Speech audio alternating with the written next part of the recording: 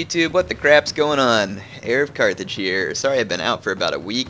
I had a business trip, and then of course in the time that I was home, I was going to spend that with Mrs. Heir, and then I also went to see my family this weekend, so won't be a whole lot of times like this where you go a week without footage, but that just happened to be one of them.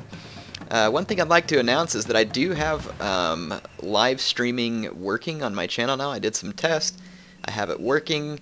I want to live stream my first video, or my first live stream. I think tomorrow is going to be just a little bit too busy, so maybe Tuesday, Tuesday evening my time, which is GMT -5. Tell me what kind of video you all would like to see via live stream. Now, remember, here's the thing about live stream.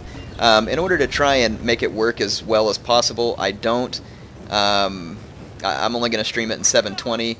And the quality's not quite as good as like when I record it like this, but it'll be good. It's not going to be crappy. And eventually, once I buy a new game computer when Rome 2 comes out, I'll try and stream it in 1080. It's just right now I probably could. I just don't want to push the boundaries. So in any case, let me know what it is you want to see me stream. Let me explain my army. I meant for this to be a mounted samurai. I brought a mounted naginata instead, which kind of ticked me off. I've got a naginata attendant capturing the sword dojo. My opponent is capturing the archery dojo. I've got one foot ranged unit, which is a foot samurai, and then I've got two matchlock units. One's a matchlock samurai, the other one's a matchlock monk, both vanilla. The core of my army is Nagi samurai.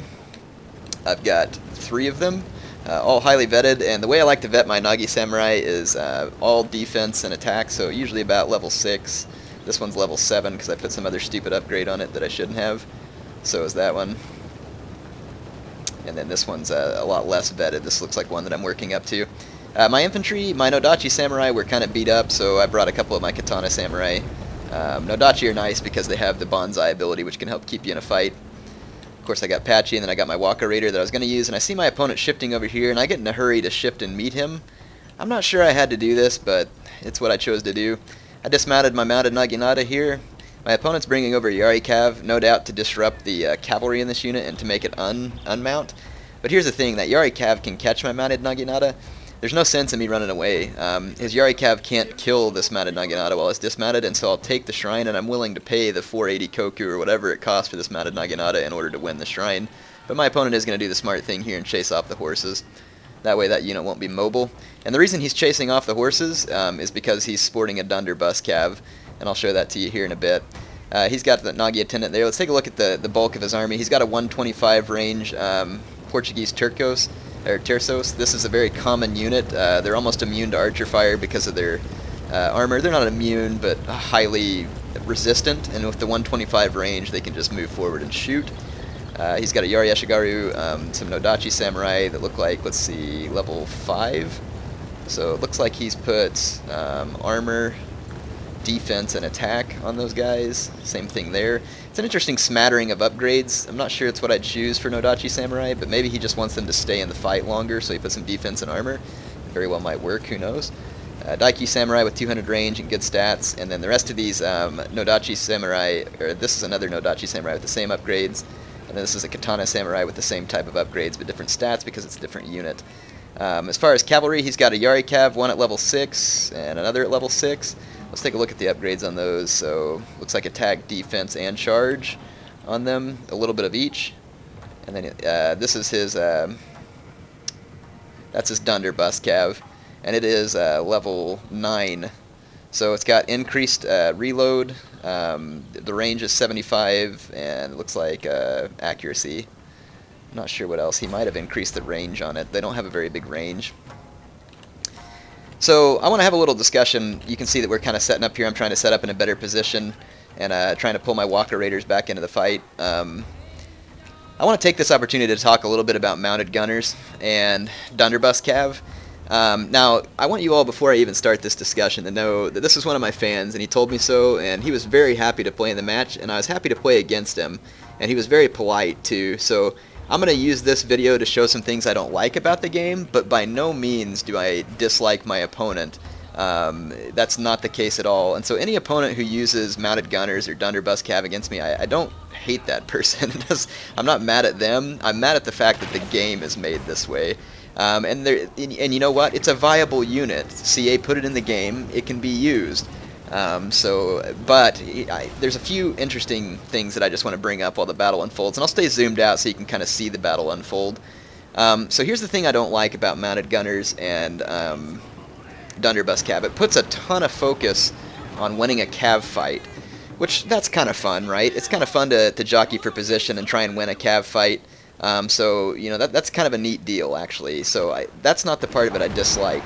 Here's the interesting part about when someone brings mounted gunner and Dunderbuss. Because bows are so expensive and the arrows travel so slowly, bows are ineffective versus mounted Cav as long as the opponent is good enough at maneuvering them. And so here you can see that my opponent has brought a 125 range matchlock backed up with a 200 range bow, and the idea is to force in an attack. To be honest, I did quite the same thing. It's just that I brought more units with less quality, and right here his quality wins out. But in any case, I now own the Shrine and the Sword Dojo, so I'm just going to attack because I'm feeling pretty confident that I can just kill my opponent. I want to minimize the amount of shots this Dunderbuss Cav is going to get, and they are going to get shots. I should not have sacrificed my matchlock units so easily, but I didn't really have a choice as I was majorly outranged, and I did not do this, but I also should have moved up my Nagi attendant to come from the flank and chase these Dunderbuss Cav around. That may have kept them busy and saved me from the pain of that shot there, which you can see killed a lot of men. So 59 men in one volley. So Dunderbuss Cav are absolutely obnoxious, to be honest. And so, like I said, in any case, let's get back to the discussion. So there's two things that are going wrong in Shogun 2. One of them is the shooter Cav. The shooter Cav is ridiculously too accurate, and it reloads ridiculously too fast, and it has ridiculously too far of a range, and it's ridiculously too cheap. Now here's the thing though. If you take that shooter Cav and matchlocks and stuff out of the game, that's a bad idea though, because the shooter Cav is fine with me actually if they take it out of the game.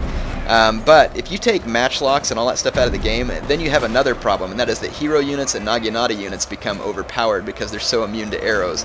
So it's an interesting balance that you're trying to cut there. And you can see here his Dunderbuss able to fire. They actually did hit his own, some of his own men and routed them. But look at these guys just taking shots. Already up to 125 kills with only 2 volleys. Now, I should have had Cav chasing these guys, so I do bring my Cav in. My Cav are going to easily win the Cav fight. My opponent is using his cavalry to charge into my Walker Raiders here. And I don't really have enough defense on this side of the battle. I've got Patchy and Stand and Fight. But, so check this out, though. So I get in with his cavalry. I pop the War Cry on my... let's see, I thought I had a Monk Cav around here somewhere. Oh yeah, I did. My Monk Cav's in combat over here with some of his Yari Cav. Of course, you can see his Dunderbuss Cav taking shots this whole time. I've got these guys all tied down here. My swords are dead. His swords are there, so eventually I'm going to lose this fight. His avatar is a melee avatar, because he's got that. But see how the Dunderbuss Cav can kind of just roam at will. Right here, my opponent pulls his troops through. And this is another interesting problem with the game. There's really no penalty for pulling your men through an enemy line. In fact, I'm surprised these Yari Cav didn't just rout immediately from the pull-through. I don't know if a lot of you know that, but you know, like for instance, if you have your Nodachi Samurai and you pop Banzai and just pull through an enemy infantry line, it'll just rout the crap out of an enemy infantry line. So with that combined with the shooter Cav, it's insane what you can do on this game. Now, my opponent did not pull through me here. So that's, you know, not what I'm trying to say is going on. But look at this. So I did wreck my opponent's infantry line, but I made a crucial mistake. I only had this one cavalry unit left. It's a Yari Cav with only 6 men, but his Dunderbuss Cav is going to be able to survive this. And this is the thing that I don't like about these shooter Cav. It's that if you lose the Cav fight, you lose, period. And bows are too expensive to bring. To stop this kind of thing. If you had bows, you could stop this readily. If you bring too many bows, though, your opponent is going to have way more infantry power than you. A non-veteran bow warrior monk costs like 1,075 koku with trading post. It's insane. It's too much. The game needs to be patched one last time to reduce the cost of bows and increase the arrow speed. Now what that'll do is it will, and I don't want it done to a point to where it ruins matchlocks, because matchlocks add an interesting variable into the play of this game, I think. Matchlocks are kind of like the counter to a rush. I think they're a very necessary unit in the game, but if they would increase the speed of arrows and decrease the cost, it would bring bows back into the game too. And of course, the weakness of bows would still be a rush, but you know, still that would help you be a little more defensive against these types of units. This mounted gunner, because right now, if someone's good at maneuvering, they can keep maneuvering this these Dunderbuss Cav out of the way of your arrows, and they can keep shooting your men. And if you have no cavalry, it's over. And these guys, the insane thing is they're shooting basically a big giant shotgun musket, but the thing is dead accurate. Like, I mean, these guys don't miss.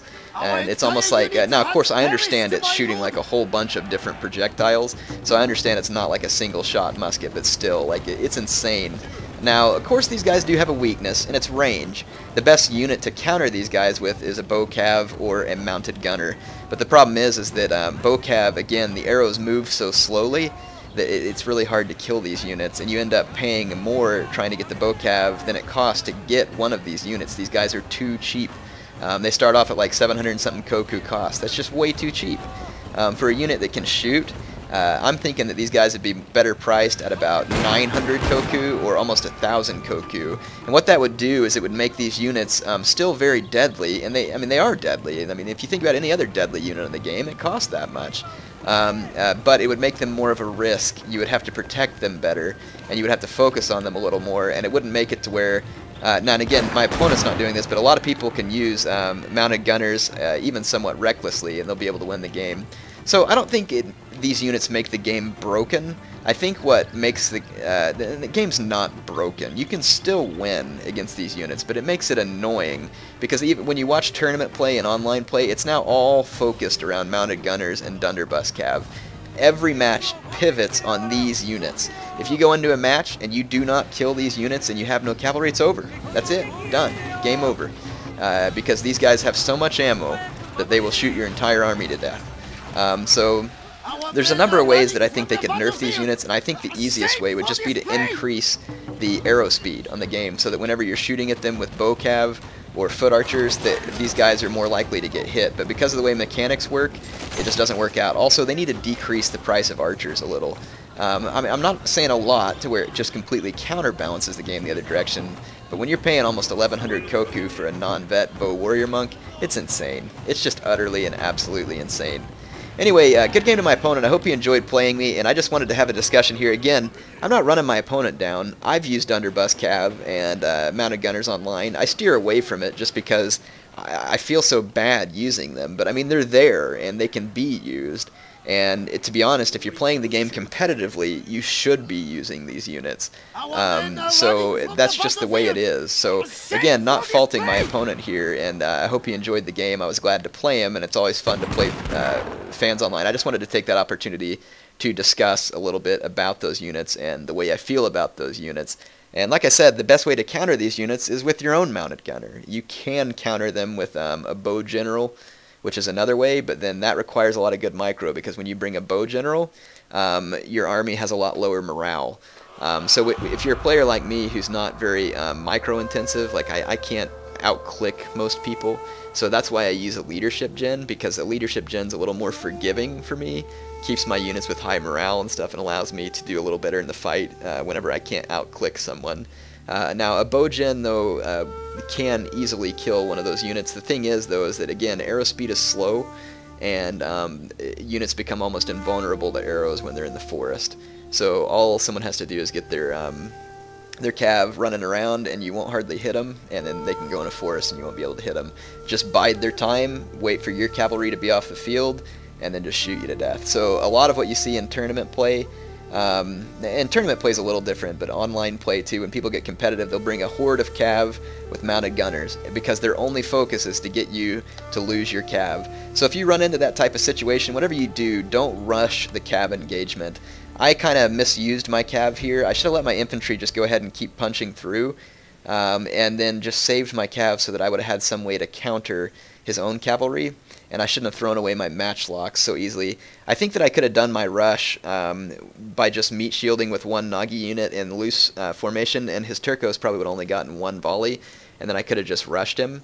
I also could have pulled my Nagi attendant up and used that, taken my time, and gotten a hold of him a little better. So, I mean, the fact that I lost this battle was definitely my own fault. It's not because of a unit or something. But again, not a big fan of the Dunderbuss Cav, because look here, if you look at the unit statistics, there was really no unit in my opponent's army that did good. Price-wise, these Portuguese Turcos were expensive, they only got 99 kills, they did okay. These Daikyu Samurai, very expensive for only 80 kills. His Nodachi Samurai did no good at all. But, I mean, right here, the Dunderbuss Cav made up for all of it. So that's why I'm telling you all, do not underestimate these units. Do not throw away your cavalry like I did whenever you go into this type of battle. And always think about the engagement. And CA, come on, please, do something about this. Change the mechanics of bows to where the game, isn't overbalanced in one direction or the other, but it gives the players the choice of bringing bows or messing with mounted gun cav like this. I'd just love to see something change.